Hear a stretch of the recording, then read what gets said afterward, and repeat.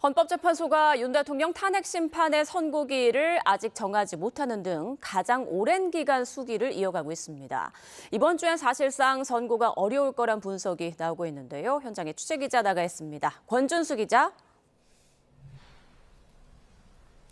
네, 헌법재판소입니다. 네, 오늘 만약 헌재가 기일을 통지하지 않을 경우 이번 주 선고 가능성은 작아지는 거죠?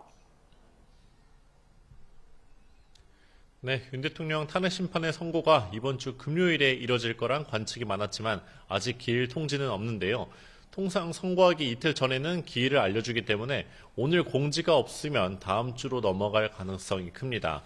윤 대통령 대리인단도 선고 기일을 전달받은 바가 없다고 밝혔는데요. 윤 대통령 탄핵 심판 평의는 지난달 최종 변론 이후 15일째에 들어가면서 역대 가장 오랜 기간 이뤄지고 있습니다.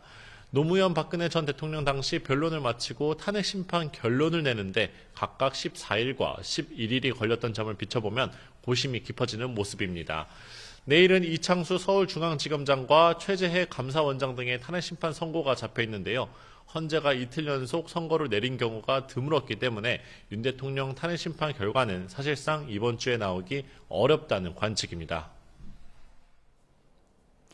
네, 그리고 한덕수 총리의 탄핵 심판 사건도 아직 선고기일이 안 잡혔죠? 네, 한 총리 탄핵 심판 선고 역시 예상보다 늦어지고 있습니다. 이전에는 윤 대통령보다 먼저 결과가 나올 거라는 전망이 많았는데요. 쟁점이 복잡하지 않아서 변론은 단 한 번으로 마무리됐고 윤 대통령보다 최종 변론 시기도 일주일가량 빨랐기 때문입니다. 정치적으로도 최상목 대통령 권한대행이 한 총리의 뒤를 이어받은 거라 불안정할 수 있다는 지적이 있었는데요. 계엄 전 국무회의에서 절차상 위헌 여부 등 관련 쟁점이 얽혀 있어서 윤 대통령과 함께 다음 주에 선고가 맞물릴 가능성도 언급됩니다. 오늘까지 한 총리 측과 국회 측 모두 헌재로부터 선고 기일을 아직 통지받지 못한 것으로 확인됐습니다.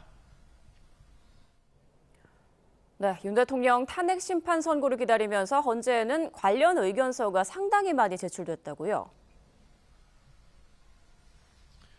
그렇습니다. 윤 대통령 탄핵 심판에 대해 찬반 의견을 담은 탄원서 등이 헌법재판소에 266만 건 넘게 접수된 것으로 파악됐습니다. 헌재가 서류를 찬성과 반대로 나눠서 집계하진 않았지만 윤 대통령 선고를 앞두고 양측의 날선 대립을 가늠할 수 있습니다.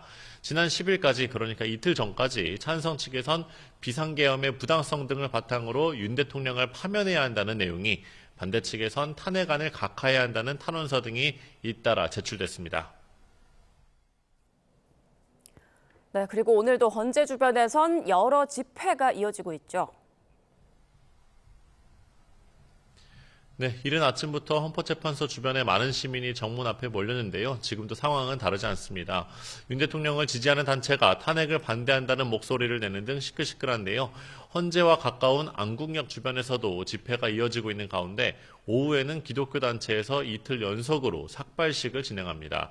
반면 탄핵을 찬성하는 참여연대 등 여러 단체에서도 경복궁역과 광화문에서 기자회견과 시국선언을 하고 있습니다. 헌재가 윤 대통령의 파면을 하루빨리 선고하도록 촉구하는 내용의 저녁 촛불문화제 집회도 계획 중입니다. 경찰은 만일의 사태를 대비해 헌재 정문뿐만 아니라 외곽에 기동대 등을 배치한 상황입니다. 지금까지 헌법재판소에서 YTN 권준수입니다.